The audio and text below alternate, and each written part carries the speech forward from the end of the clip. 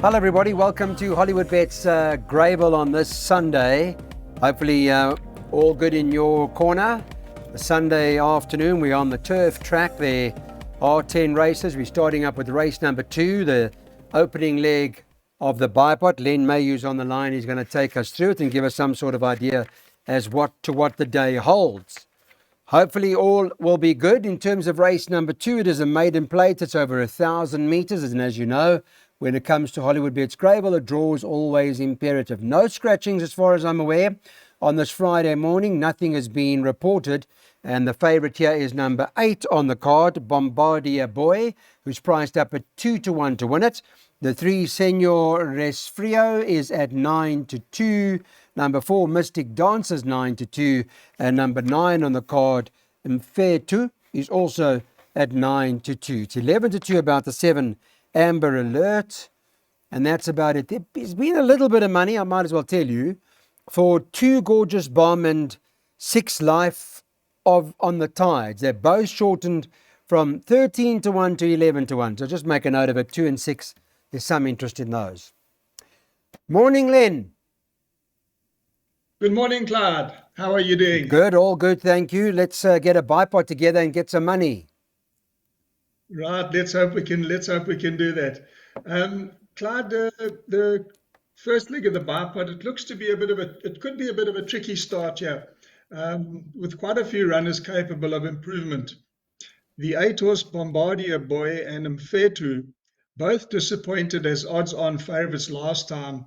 But perhaps Bombardier Boy didn't enjoy the poly track, and Mfetu, I mean, he's been gelded since that last run. So I'm expecting better performances from both of them.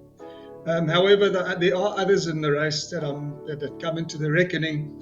And so for the Bipot, I'm including numbers 3, 4, 6, 8, and 9. Yeah, it's interesting that it was Mystic Dancer on the Quick Step Gal run. That form line hasn't run for quite a while, but that form line was worked out well. Quick Step Gal, as you know, is a decent one, and a horse called Willow Gem came out of there and won as well. All right, so from Len's perspective, there's a look at the Bipot. It's a 480 Rand perm. Just a note on Mystic Dancer. Robbie Hill says she'll need the run. On to the third race on the card now. Let's take a look at this maiden plate over 1,600 meters. It should run about 1:10 on Sunday afternoon.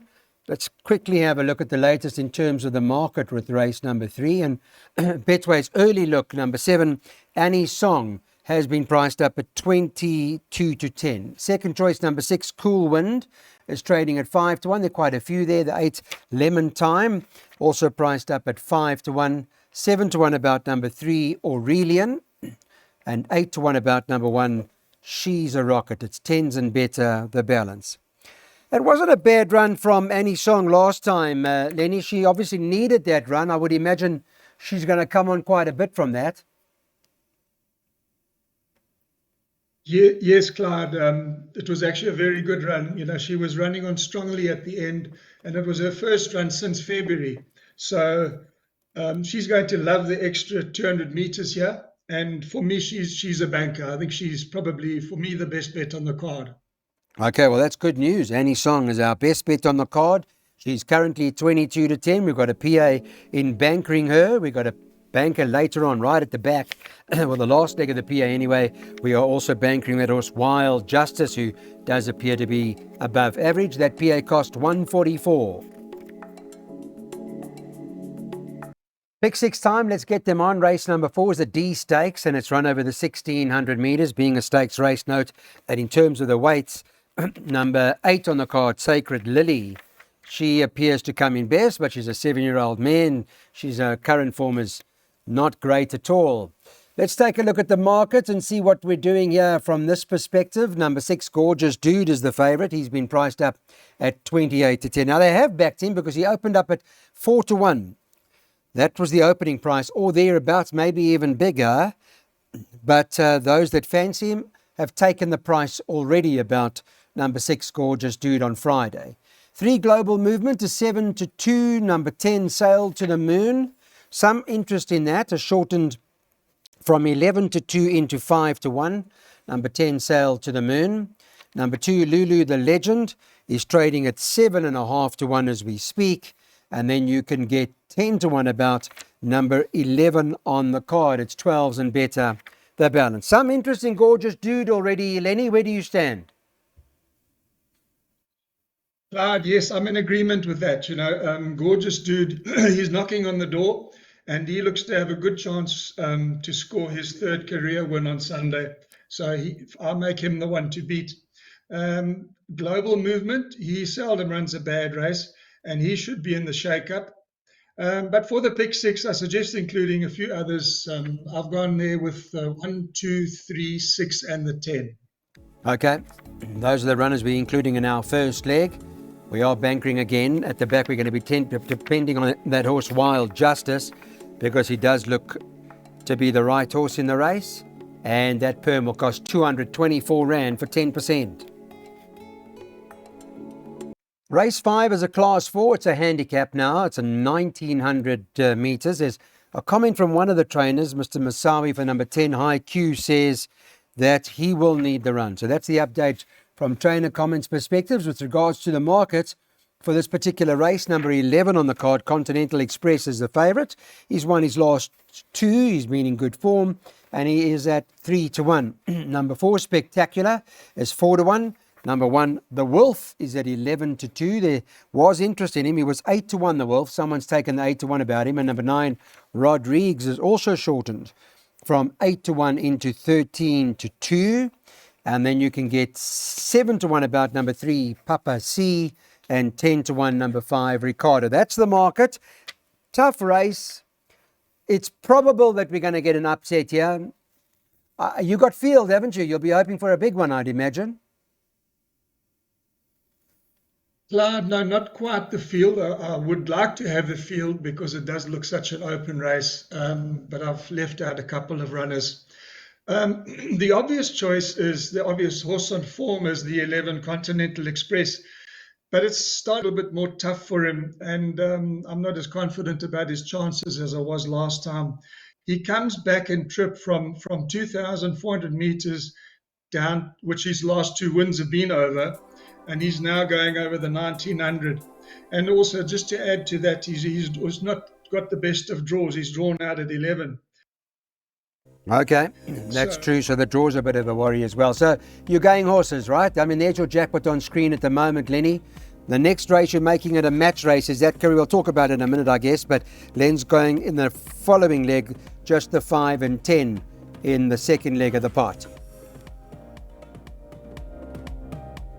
Stakes race again. It's a C stakes this time round. It should run at about 5 to 3. And just in terms of the weighted horses, well, they've got chances all of 2, 3, 2, 5, 7 and 9 from a weights perspective. It's an open race. But Len's got 2 horses in here he wants to talk to us about. Number 5, La Madalena is the first one.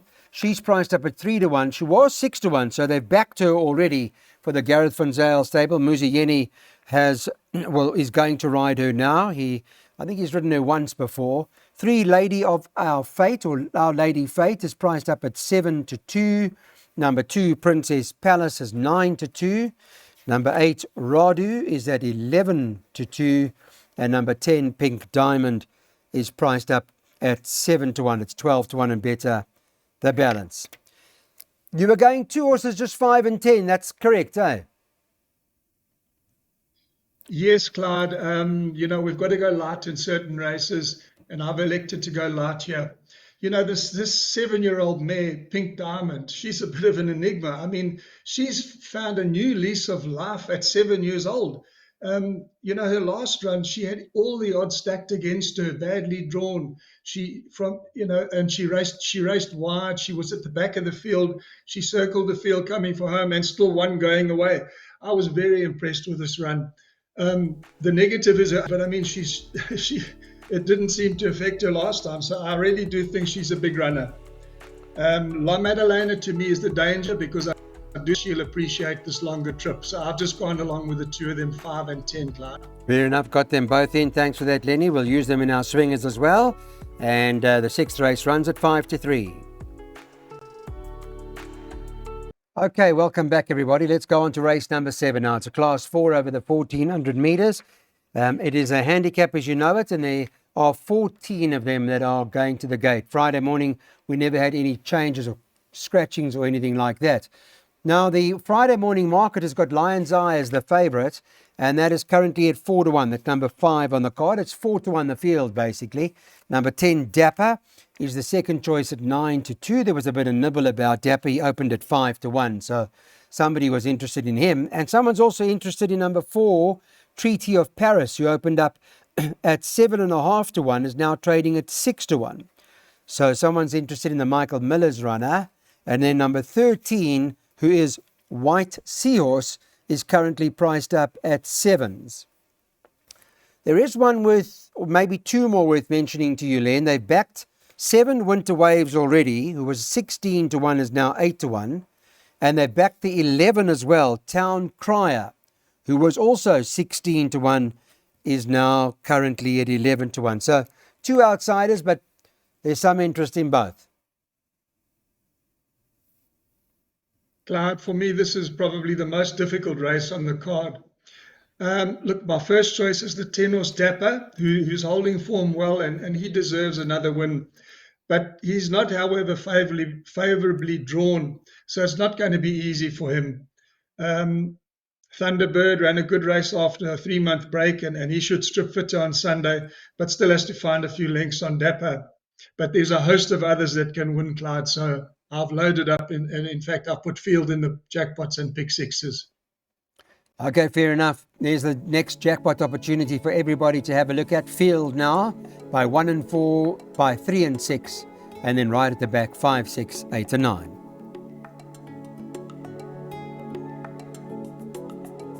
Okay, so this is an interesting race, the conditions plate, and it's over a distance of 1,400 meters. There are a few in here that, of course, are lining up for the Betway Summer Cup. We've got some comments for you, Lenny, from the trainers. I just want to quickly read them out to you. Number 1, On My Honor. Glenn Cotson says, might need the run. That's the first thing. The next trainer that commented here was Adam Azzi about number 3, Gimme Fabulous. Adam says, she will need the run. She will need the run. And then I think there's one more comment, and that's from Natey Cotson on Royal Victory. He says, will need the run and will need further. So that's the latest just in terms of what the trainers think.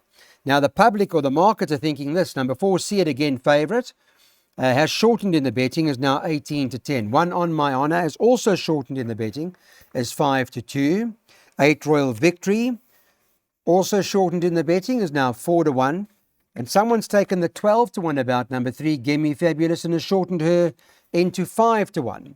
And it's 10-1 and better about the balance. So it's likely they're all going to need it. So what are we going to do here, Len? Yes, Clyde, most of them are coming back looking like from a rest and looking like they're going to need the run.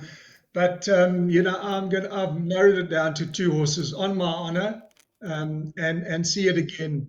It's a 1,400, and to me, these two have the best chances. Horses like Gimme Fab, a good filly, but only a half a kilo difference in the weights between her and On My Honor.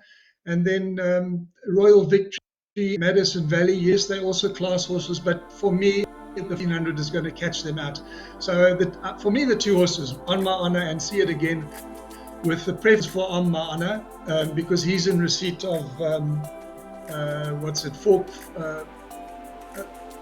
7 kilo, with a weight allowance, it's 5.5 kilos from See It Again. So On My Honor would be my first choice. Yeah, and the Durban July, Hollywood Bets Durban July forms worked out well. Delatorian came out of there, and Rainbow Laura Crete with just a handful of runners having run already. Okay, so On My Honor from Len, but number 4, See It Again, we have respect for.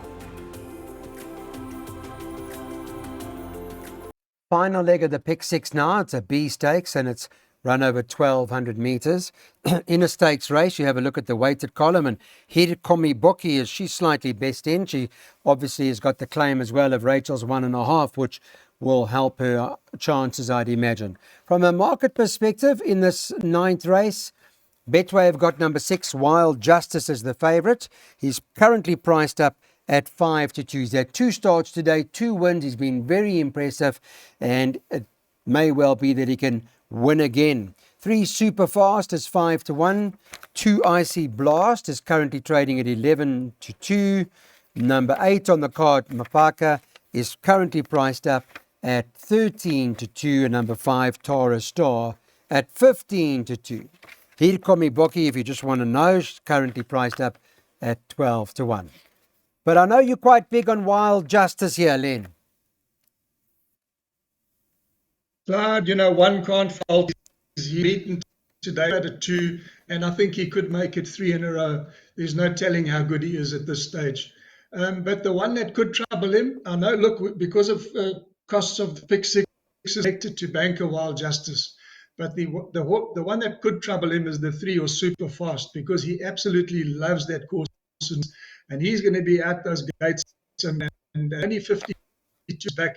He's going to make them gallop to catch him. But this Justice could be good enough to do that. Happy with that. Thanks for that 9th race summary. We've got a quartet where we're going 3 and 6 between Superfast and Wild Justice to win and run second. We're making it those 2 horses, and all of those horses for 3rd and 4th.